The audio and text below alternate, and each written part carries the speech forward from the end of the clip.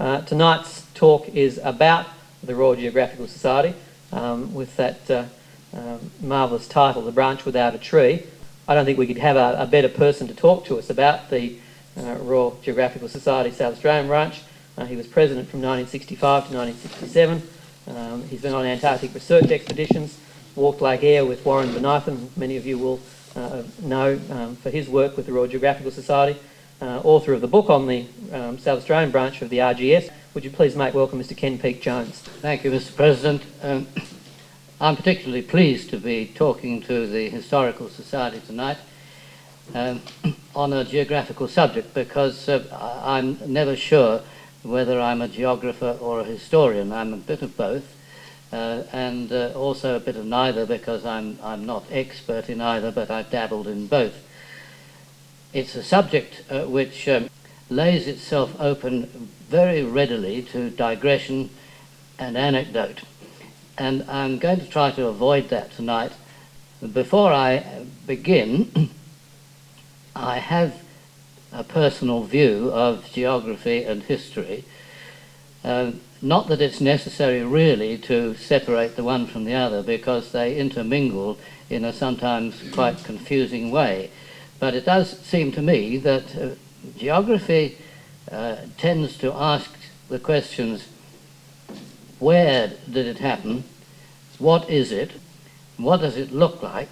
And what does it do? Whereas the historian asks simpler questions, but not simpler to research. They are: what happened? Why did it happen? And what was the result? What is the Royal Geographical Society of Australasia South Australian branch, which is a terrible mouthful, but we generally call it the RGS? Well, the society is a society of some 450 members. The only qualification for membership is an interest in geography. Well, it has monthly lectures on a variety of geographical subjects. It holds exhibitions, it has excursions, it does a good deal of publication.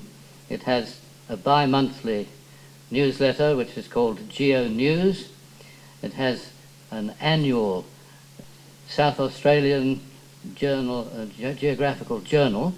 This used to be called the Proceedings, and contained a great variety of information, including the complete list of members and all the committees and other stuff which some of the younger generation found a little bit fusty. So now we have a geographical journal which confines itself strictly to geographical subjects and contains a good deal of new matter.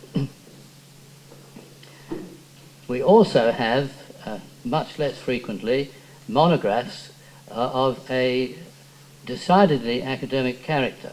We've been doing these for the last few years, and the object is to encourage particularly young academics in the geographical field to have work published which they might not be able to get published elsewhere. Recently we've started publishing guidebooks, illustrated in colour, and these are an exciting new venture which we've embarked upon. Exciting because they involve a large number of members in doing the required research. The members go out for a long period at weekends and other times when they can, in four-wheel drive vehicles or however they can go. They make their inquiries and they bring them back and pool them. I have the guide to the Barossa Valley, which is on the table there. You may like to look at that. And there is another one in train to be published very shortly on the Flinders Ranges. We are very excited about these, and we feel that they are both useful and beautiful. They're beautifully illustrated in colour. I might say that the headquarters, which are in the State Library, mainly house the Royal Geographical Society Library, which is one of the most valuable and comprehensive in the whole of Australia, and it is open to all members of the public. You don't have to be a member of the society to go into the library and ask to see a book. If you're not a member, you may not take the book away, but you can read it in the library. Some of the books in the library are so rare and valuable that even the members are not allowed to take them away. And I might mention as one of those a copy of Ptolemy's Geographia, which goes right back to the 15th century. There are others which are very nearly as old. I might say also, by the way, that when we hold lectures, we hold them in the State Library Lecture Theatre, which you can get into off Kintore Avenue, and a little point of interest about that is that that room used to be the original home of the RGS in the days when it was founded, but it's had a couple of moves since then, but we still get the use of that lecture room, as indeed do other bodies. Well, now to the history. Why was the RGS founded? It was founded in the late 19th century, a century which saw a great proliferation of learned societies all over the world. And quite naturally, Australia being a very young nation, Australia was at the tail of the field. I won't mention any other of the learned societies which were founded at that time, except two. One is the Royal Geographical Society in London, which was founded in 1830. And the other one is the Royal Society of South Australia, which was founded in 1880. But in the early 80s, there was a great deal of pressure to have geographical societies in Australia. And the first one was founded in New South Wales in 1883. In that same year, three of the leading men in South Australia, Charles Todd, the Postmaster General, Sir Samuel Davenport, and Sir Samuel Way, the Chief Justice, had a meeting in which they discussed whether they should copy New South Wales and found a geographical society in South Australia. They decided that it wasn't the right time to do it, particularly because they were all members of the Royal Society, and they thought that geographical matters could very well be covered by the Royal Society. So 1883 saw the foundation of just the one in New South Wales. Another was founded the next year in 1884 in Victoria. And the Victorians, led, I suppose, principally by Baron von Müller, the famous botanist, and by A.C. MacDonald, they pressured South Australia to found a branch of the Royal Geographical Society in South Australia. And they were very quickly successful. There obviously was a great desire among the leading South Australians to have a geographical society. And so in 1885, on the 10th of July, one was founded at a meeting in the town hall. It was, the foundation of it was chiefly the work of two very active men, J.W. Jones, the conservator of water, and A.T. McGarry, a businessman and philanthropist who worked tremendously hard for the society for a great number of years. Having founded themselves on the 10th of July, the founding members got together to work out a constitution and to decide on a program. And this is where the title, The Branch Without a Tree, comes in, because the original intention of the New South Wales people was that this should be a geographical society of the whole of Australasia, and that any societies which were founded subsequently should be branches of that society. And so our branch and the Victorian branch and the Queensland branch, which was founded on the same day as our branch, were all called branches of the Geographical Society of Australasia.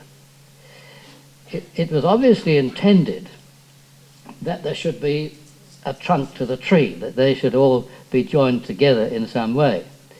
But this never came about. And so what you had was branches in New South Wales, Victoria, Queensland and South Australia, but never any tree. And that is the position of the Society today. It is still a branch of the Royal Geographical Society of Australasia, but it's one of the only two branches left. The other one is the Queensland branch. The Victorian branch faded away, and so did the New South Wales branch. They both became historical societies, which you'll be very pleased to hear. Now, what sort of program was the Royal Geographical Society to pursue? They worked this out between the 10th of July and the 22nd of October and held an inaugural meeting, which was chaired by the patron, Sir William Robinson, who was the Governor of the state, and the speaker was Sir Samuel Davenport. Sir Samuel Davenport spoke for 3.5 hours, illustrated by pictures on the oxyhydrogen lantern. There was an interval halfway through at which Professor Ives played a composition on the town hall organ called The Storm by a composer called Whaley. Now, I don't know whether this was intended to be prophetic or not, but there was a storm brewing, and the first little cloud, no bigger than a man's hand, appeared at the inaugural meeting. Because when he introduced the speaker, Sir William Robinson said that he considered that Australia was already fully explored and there wouldn't be any work for the society to do in that, but it could very usefully record the deeds of explorers like Burke and Wills, Stewart, McKinley, and all the great heroes of Australian exploration to that date. When he got to his feet, Sir Samuel Davenport started with Columbus and detailed every exploration throughout the whole world right up to 1885, and that's why it took 3.5 hours. But in his concluding remarks, without being rude enough to challenge him directly, he threw doubt on what Sir William Robinson had said. He said that there was plenty of exploration still to be done in Australia. There were vast tracts of Australia on which no white man's foot had ever trodden. So there was the beginning of a little disagreement which was to be pursued for quite a considerable time. However, the founding members, the number of which had by now increased considerably, they were keen on exploration, and for many years exploration, wherever it was being done in the world, interested the membership of the RGS very keenly indeed. If you read the early copies of the proceedings, you will see article after article detailing explorations. Not only that, of course, they did a great deal of work on the Aborigines and other things too, but exploration was the thing which fired them most. However, it was mainly a matter of words about exploration and words about most of what they did, because they simply didn't have any money. The society had been founded at a very bad time when the founding members were very keen to raise 3 cheers for Sir Samuel Davenport and the Governor at the inaugural meeting, but they were not willing to put their hands in their pockets. And by the time the society had been in existence for a year, it had an overdraft of £67 and it was having to employ debt collectors to go round and dun the members into paying their subscriptions. Some of these were paid, but a number of them were just keen members of the society, like Larry Wells, who later became Australia's last great explorer. He went hoofing round Adelaide trying to get subscriptions, and so did a number of other members, just out of the kindness of their hearts. They weren't very successful. the overdraft remained pretty stubborn, although it might have got smaller, but it never disappeared. This made it difficult to do or to back any exploration at all. You could talk about it, but you couldn't do any. Of course, you could advise people who wanted to go exploring, and there was a wealth of knowledge amongst the senior members of the Society, in particular. People like J.W. Jones, for example, the Conservator of Water, had sunk bores all over South Australia and was very, very knowledgeable, and there were other men also who had plenty to offer. But one great problem was, where was the Society to live? Where was it to have its headquarters? It, for a time, was in the National Mutual building in Weymouth Street. Then it moved to the Widows' Fund building in Grenfell Street, and then it moved again to Marlborough Chambers in Weymouth Street, and it moved about the village from pillar to post in that sort of way, using any accommodation that it could or could afford. A lot of the meetings, for example, were held in the hall of Stowe Church. As for exploration, well, as I've said, you could encourage it. You could perhaps lend it equipment, but you couldn't do anything about providing money. And this went on until 1891, when the Society got its first great chance, because Sir Thomas Elder, who was, of course, extremely wealthy, put up £5,000, which was a lot of money in those days, for an exploration of roughly the whole of the western half of Australia. It was not completely unexplored, but there were great gaps where nobody had ever been. He put up £5,000 with the offer of another £5,000 when that ran out. And a party of men was selected, 14 of them, and 44 camels, under the leadership of David Lindsay. And they went to the head of the railway, almost to the head of the railway to Oodnadatta, that's as far as it got in those days, to a place called Warriner, and they set out westwards to explore this vast tract of country. It was the largest party which had ever gone out in Australia, the best equipped, and it seemed to have the best chances of doing something useful. But the whole thing went horribly awry. The weather conditions were appalling. They got into Western Australia to a place called Mount Squires, and they found that there had been no rain for 3 years.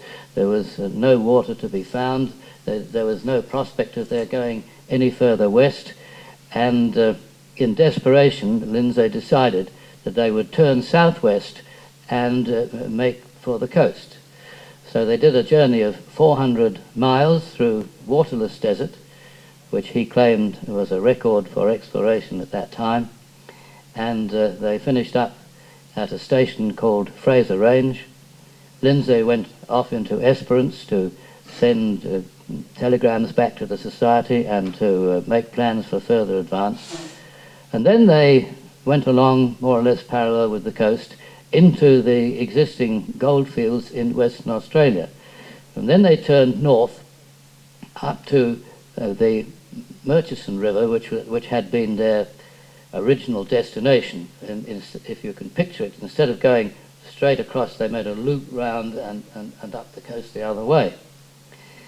By the time they got there, the party was in a state of almost complete mutiny.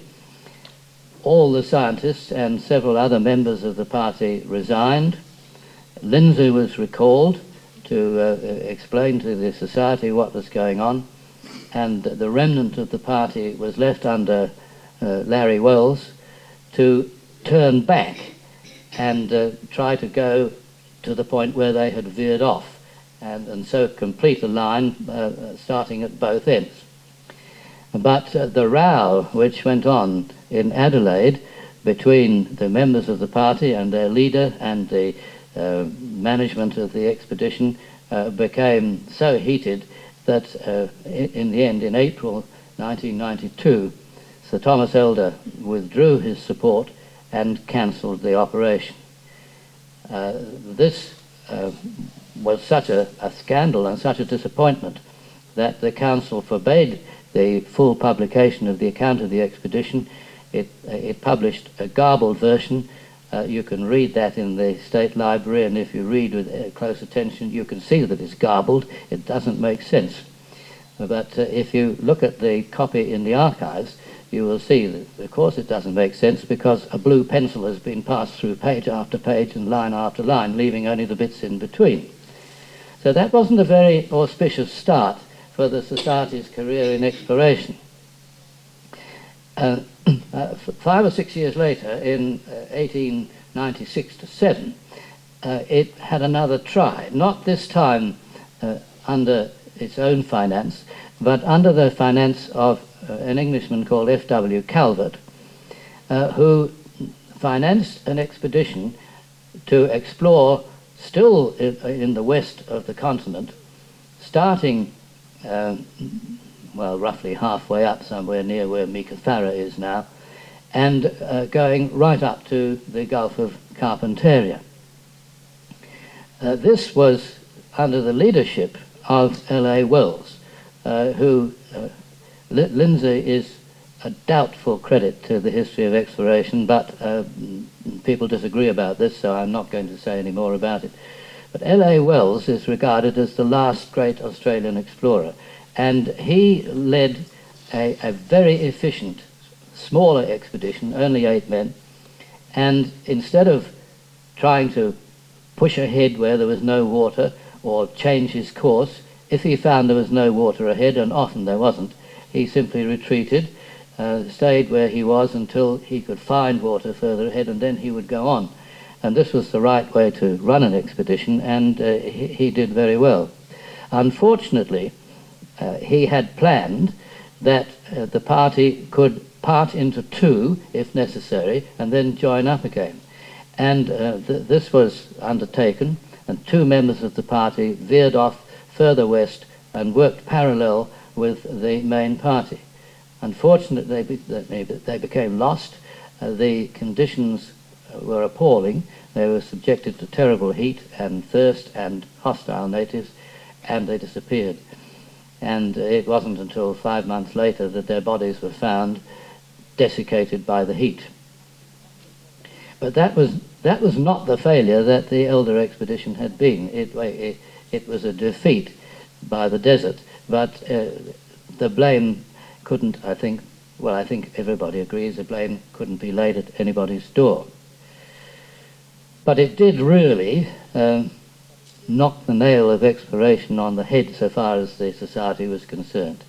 No further attempt of an exploration of major size like that was made. The Society continued to encourage exploration and to be keenly interested in it, but it never again put a big party in the field. Simpson Newland, who was president towards the end of the century, said, "This is the end of exploration in Australia. In the future, it is the pastoralist and the founder of properties who will do the exploration which is necessary." Another factor which put a stop to the Society's exploring in Australia was that the focus had switched away from the mainland of Australia to Antarctica.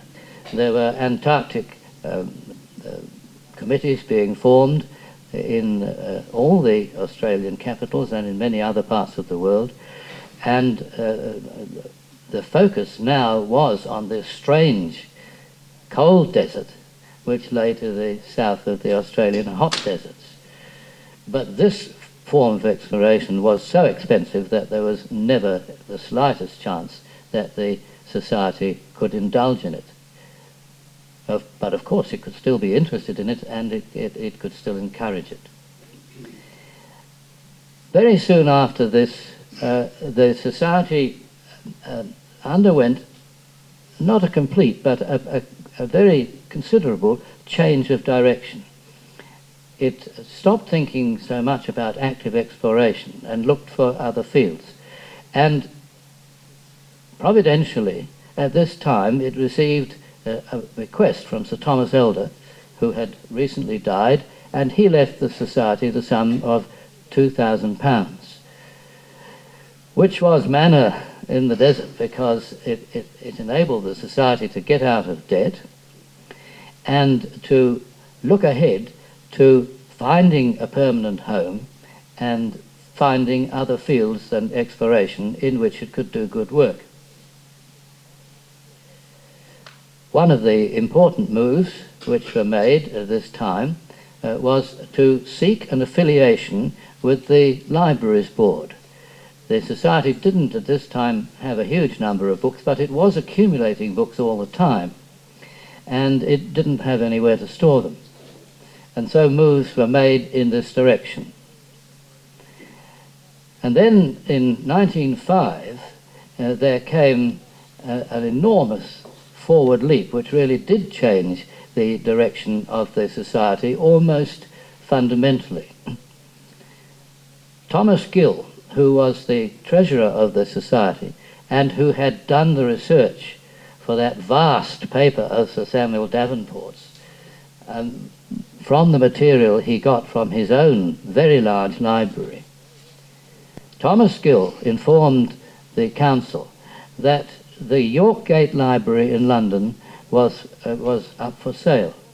Now, this was an extraordinary collection of books, mainly on exploration and geographical matters, and containing many ancient and almost priceless volumes about those subjects. It had been collected in London over a number of years by a merchant named Silver, and he kept the collection in his home at Yorkgate in London. And he happened to be acquainted with one or two of the leading men in South Australia. Sir Langdon, or as he was just then plain Mr. Langdon Bonython, was one of them. And he informed those people that he knew that the library was in catalogue, and eventually it went after his death, it was offered for sale. Gill immediately jumped in and said, we must buy this library, we've got the money. If Silver wanted us to have it, and we could get it for the sum of £2,000. Well, of course, they'd spent some of the £2,000 already, but there was still 1,700 left, and they quickly got together the other 300 and bought the Yorkgate Library. And so this came out from London by ship, and there it was, a possession of the Society. What was it to do with it? Well, it pursued the idea of affiliation with the Libraries Board with great vigour. It got the government interested, and the upshot was that the government agreed to build an extension on the back of the Institute building. You can easily trace today where it is, because that little bit which juts out where you go into the library lecture room and where the women's switchboard or whatever it was is, that's where the extension begins. And that extension was built for the two learned societies, for the Royal Society and the Royal Geographical Society. And the Yorkgate Library, together with books which the Society already owned, was installed in that building. So that there now became an enormous pressure in the direction of bookish studies and the care of this priceless collection. And in return for the government's generosity in providing accommodation, the Society dedicated the collection to the use of the South Australian public for all time. So it belongs to the Society, but anybody can walk off the street and claim to be allowed to use it. Well, the Society now had an enormous responsibility, which very soon began to be even more enormous, because Thomas Gill died, and he gave the option to the Society of purchasing his library for a very small sum, which it did. And subsequently, I think about 20 years later, Dr. Lucas Benham, who also had a very fine library, bequeathed it to the Society, so that the Society's library was now very large indeed, very valuable indeed, and the Society had a tremendous handful in the administration and the care of all these books. So much so that for a very long time, almost all the energies of the Society were directed into the library, and it was very difficult to get any enthusiasm for anything of what you might call a more active geography. And this remained the situation for the rest of the first 50 years of the Society's life. But there were other changes taking place, and not necessarily in the same direction. The membership was changing. The membership in the early days had been, as it was described by Baron von Müller, the leading men of the state, the men of great substance, many members of parliament, men of influence, and men of property. But now men were coming into the Society who were professional geographers, who were experts in their field, and were ready and eager to contribute what they could to the study of geography. And there began to be tensions within the membership of the Society. There were the conservative members who valued enormously the possession of these wonderful libraries, and were not much inclined to attempt anything very venturous. They were ready to talk about it and read about it, but not so much to do it. You then also had men who were, as I said, professional geographers. They were academics. You had men like Charles Fenner, Grenfell Price, Keith Ward, and, of course, Sir Douglas Mawson. And in due time, geography became a degree subject at the university. And much further ahead, I'm getting ahead of my story now, but as you all know, it eventually became a faculty in the university under the professorship of Graham Lawton. But I'll go back a bit now to the year 1936, which is 1 year past the 50th birthday of the Society. The talents of the Society were well demonstrated in that year, which was the centenary year of the foundation of South Australia. And there was a move to produce a centenary history of South Australia, and it was considered that the government ought to do this. But the government's suggestions about what form this should take were so miserable that the Society took it over and did a first-class job. There's a copy of it on the table at the back there, which you might like to glance at. But men like those that I've just mentioned, and others too, produced a very comprehensive picture of the state in every activity, not only geographic, but historic and social.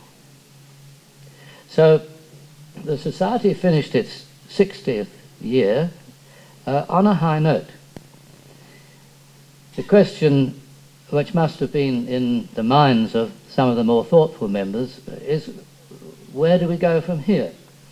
Are we really geographical, or are we historical? Are we a society with a popular membership or an academic membership? Are we active or passive geographers? And this, these tensions continued until a very recent date. I think they have almost all disappeared now, but perhaps there are those in the audience who would say not in your life. I don't know. There was a renewal of activity by what I might call the active side. Grenfell Price led an expedition into the desert to search for the remains of Leichhardt. He found some remains which some cynics said had been planted there as a joke. But be that as it may, he led this expedition, and they underwent the usual hardships of desert expeditions, and they did some very useful research on the side. C.P. Mountford was a member of it, and he did some of his early ethnological studies. Then, some years later, Madigan made his crossing of the Simpson Desert, and on his way back he made some of the first studies which had been done on Lake Eyre. Jumping a bit further forward, in 1949 and 50, Lake Eyre spectacularly filled with unusual rains in the centre, and the Society formed a committee to investigate the phenomenon of the filling of Lake Eyre, to try to decide how often it might be that this happened, and the depth to which it filled, the composition of the salt and things like this. And this committee was headed by Warren Bonython, partly because he was, even at that time, a world expert on salt, and the Society sent small expeditions of a week or two at a time to camp by the lake and get as much information as it could in that time. Now we must turn to another of the tensions which I mentioned earlier on, the historical lot. The historical lot had never stopped making noises. There had been repeated attempts not to do what Sir Langdon Bonython had wanted to do in the early days, not to call the Society geographical and historical, not to go the whole hog like that, but to have a historical division in the Society, a group of people who, while they were members of a geographical society, yet had a historical bias and could use the library for research and produce good work and have a most diverting hobby in the historical direction. This was eventually successful. In 1947, a historical division was started, and it was very successful.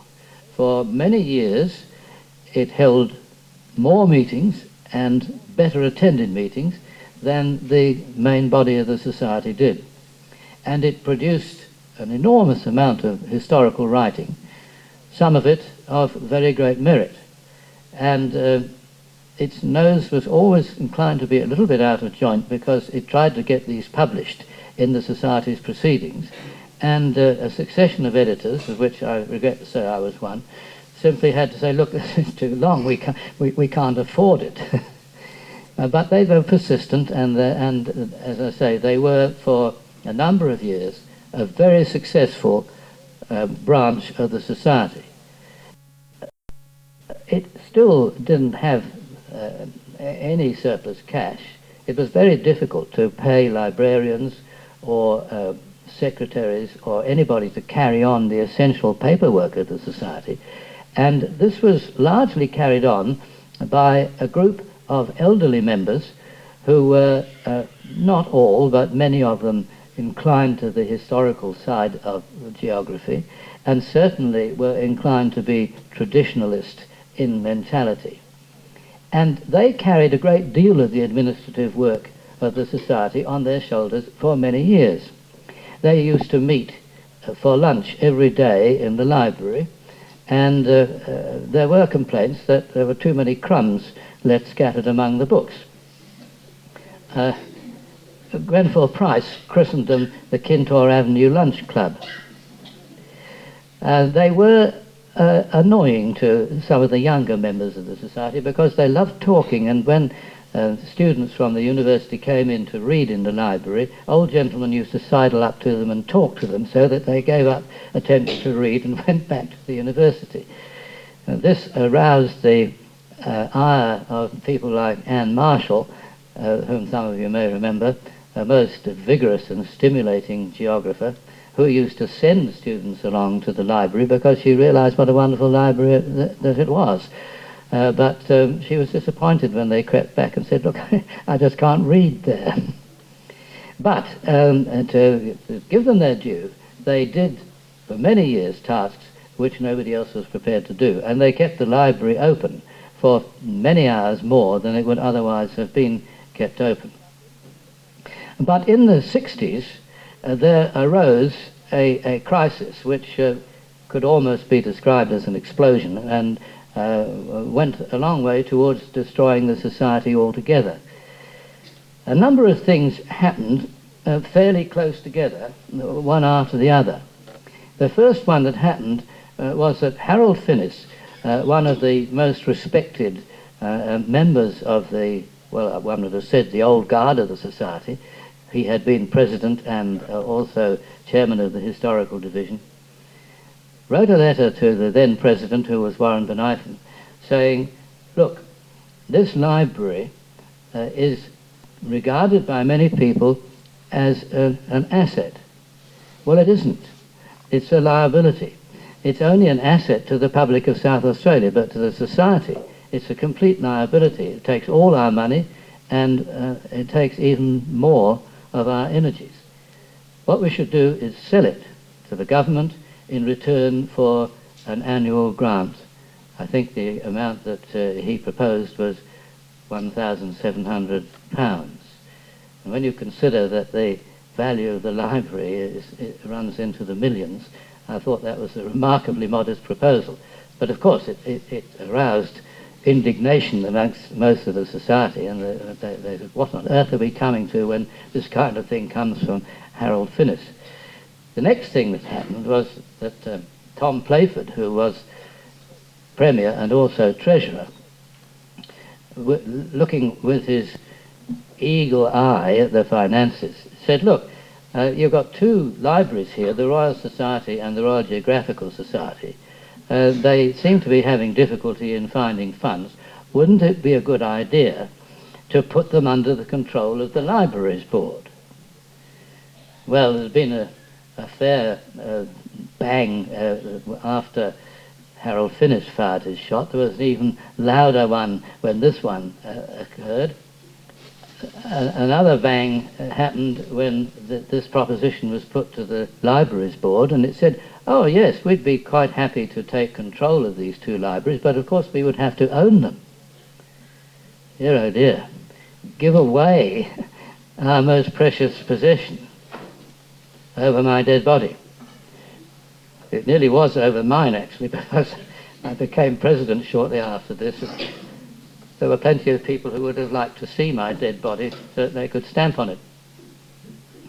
The really crushing blow was the last one, which said, look, we're going to rebuild the State Library, and both of these societies will have to go from the accommodation which they've enjoyed since 1905. They'll have to find room somewhere else. Well, I was threatened with all sorts of penalties if I didn't stop this from happening. I don't quite know how I was expected to stop it.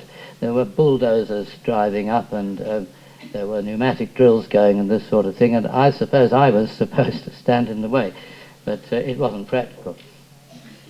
I did, however, on one occasion receive an urgent summons from the librarian to say, please will you come at once? A pneumatic drill has found its way into the periodicals room. One was able to deal with that kind of thing because the library staff themselves were very reasonable people. Hedley Bridson in particular was, and he was most cooperative. And I was very sad when his health broke down and he was not able to continue with his work as chief librarian. But there was no way out of it. Move we had to. Well, did we have to give up the ownership of the library? There was an almighty row about this, and we negotiated and worried for nearly 10 years over it. And in the end, we came to a satisfactory, reasonably satisfactory solution.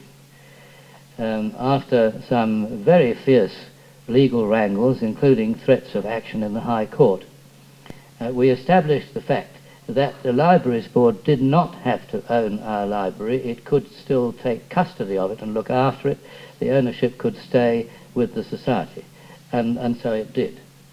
And when we moved out of our dearly beloved old quarters, we were given some quite gracious rooms in the State Library as it was then. They've all disappeared now, but they gave us rooms which were adequate, not the most convenient. They were on 2 floors, but we moved fairly happily into those new quarters. If you remember the old State Library, it was Hedley Brideson's office and the cataloguing room next to it and a room upstairs. So that became the home of the Society from about 1969, I think it is, until the second reorganisation of the State Library, which shifted us again elsewhere to where we are now. But the difference that it made when the library took over the custody of our library was very great. It meant that money was freed, money that we'd had to pay previously to librarians and cleaners and people of that sort, was now freed for the other more active occupations which the Society had so long wanted to pursue. And from that time onwards, the Society has moved into an organisation which is more active, more varied, a little bit younger, I think, in average age, and altogether a more attractive proposition, especially for young people. While it still remains a wonderful resource for people like yourselves, the library is always there for you to use for research, and there really isn't anything quite to equal it anywhere in the state, and not very many places, even in the whole of Australia. So, at the centenary of the Society in 1985, we looked at not so much the object of the Society, or not so much the aims of the Society, but the image of the Society. And we decided that we would do our best to bring ourselves up to date and ready to meet the challenges of the year 2000. And this, I think, the Society has done fairly successfully. We do now many more excursions. We reenact expeditions of the past in 4-wheel drive vehicles, or some of them can be done in these wonderful large buses now, which seem to be able to go almost anywhere. But one way or another, we get out and we actually do some geography instead of just reading about it. We also have greatly increased the amount of publication that we do, and some of the results you can examine on the table at the back. So my impression of the Society now, compared with when I joined it in 1952, is that compared with then, it hums with activity. And that, in those days, it was a bit elderly, it was a bit dusty, it was full of knowledge and full of wisdom, but it was not so active. Now it is, and I'm very pleased about it. And from a distance, up on my mountain, and at my advanced age, I look down on the Society with a good deal of pleasure.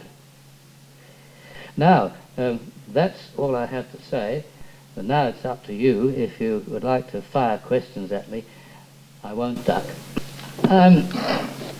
not very many at first, but they began to join the society at about the time when society became a subject for study at the university. And they not only joined the society, but they became active students of Sir Douglas Mawson, for example, and of Keith Ward and others who lectured to them, found that the women were very receptive and did good work in research. Thomas Gill was the treasurer of the society right from its inception until the time of his death. What I think he did mostly was to provide research for other people. For example, during the First World War, John Lewis, who was president for the whole of the war, he was president for 7 years in succession, produced a most amazing collection of annual addresses, annual presidential addresses. He cheated a bit really, because he called them presidential addresses, but they were never completely delivered because they were even longer than Sir Samuel Davenport's, but they were printed in the proceedings. And Thomas Gill did a great deal of the research for these. He also himself published a little book on South Australian coinage. Oh yes, yes, a poor old chap. He was crossing North Terrace, and he saw a tram coming, so he leapt backward to get out of the way of that one, and was hit by one coming the other way. Well, I can't tell you anything about that, but I would suggest that you inquire in the library, in the Society's library, because besides books, it contains a vast collection of papers which are now all very well catalogued, and the librarian is able to produce things for you in a most expert way. It's all going on computer too, so if they're traceable at all, it should be possible to trace them. Unfortunately, Thomas Gill's son, Franklin Gill, who succeeded him as treasurer, was almost completely deaf and was a very difficult person to deal with. He was a very faithful servant of the society, but he, in the terrific row about what was going to happen to the library, he found himself on the wrong foot. In fact, he was in almost single-handed opposition to almost everybody else. And when eventually the deal with the library went through, he resigned from the society, cut the society out of his will, and died shortly afterwards. That was very sad. A lot of the manuscripts came with the Yorkgate Library. Where all of them came from, I really can't tell you. Some of them, of course, are work which was written by members of the society but not published. And they were acquired in all sorts of ways. But there is such a wealth of material in the society's hands that there are really very few people who still at this date know where it all comes from. For many years, the society as a whole was completely unaware of the enormous value of this library, because the job of cataloguing it when the society first had it was just too big. Nobody could ever get down to doing it. But in successive years, and particularly since the library took over the custody of it, a great deal of research into the library and cataloguing has been done, and we are gradually getting a grasp on what we actually own. But I'll ask our council member, who's also had a long association with the RGS, Maurice Kane, if he'll say a few words of thanks. Thank you. Ladies and gentlemen, it gives me very great pleasure to move a vote of thanks to Ken Peake-Jones. I've had the great privilege of being on council of the RGS for a considerable period of time with Ken. He was there when I went on council. He was certainly one of the stalwarts of the Royal Geographical Society and did a tremendous amount of work over a very, very long period of time for that society. And certainly anyone who has any knowledge at all of the work of the Royal Geographical Society has a great debt of tribute to owing to Ken Peake-Jones. Tonight I think he has enlightened us and refreshed our memories to a large extent on the value and the work of the Royal Geographical Society. I guess most of you knew that it was a little bit involved in some of the explorations, particularly the Elder expedition. Probably not many of you know the full story of it, and I'd certainly urge you to read Ken's book, The Branch Without a Tree, which is one of the best histories of any organisation I've ever read. It very succinctly tells the story of the history of the RGS. You don't have long rambling chapters with a whole lot of peripheral material. It's very much the basic story with all the facts in a very readable form, and any of us who would hope to be a historian would do well to follow the example that Ken has given in writing that book. He's mentioned a lot of the personalities, and certainly in the early days of the history of the Royal Geographical Society, most of the Adelaide establishment, it would seem, were members and councillors and presidents and so forth of the RGS. They don't have quite the same array of perhaps well-known people in quite the same way as the leading establishment people on their council and active in their society nowadays. They certainly have the patronage of the Governor of South Australia and have enjoyed that ever since its inception.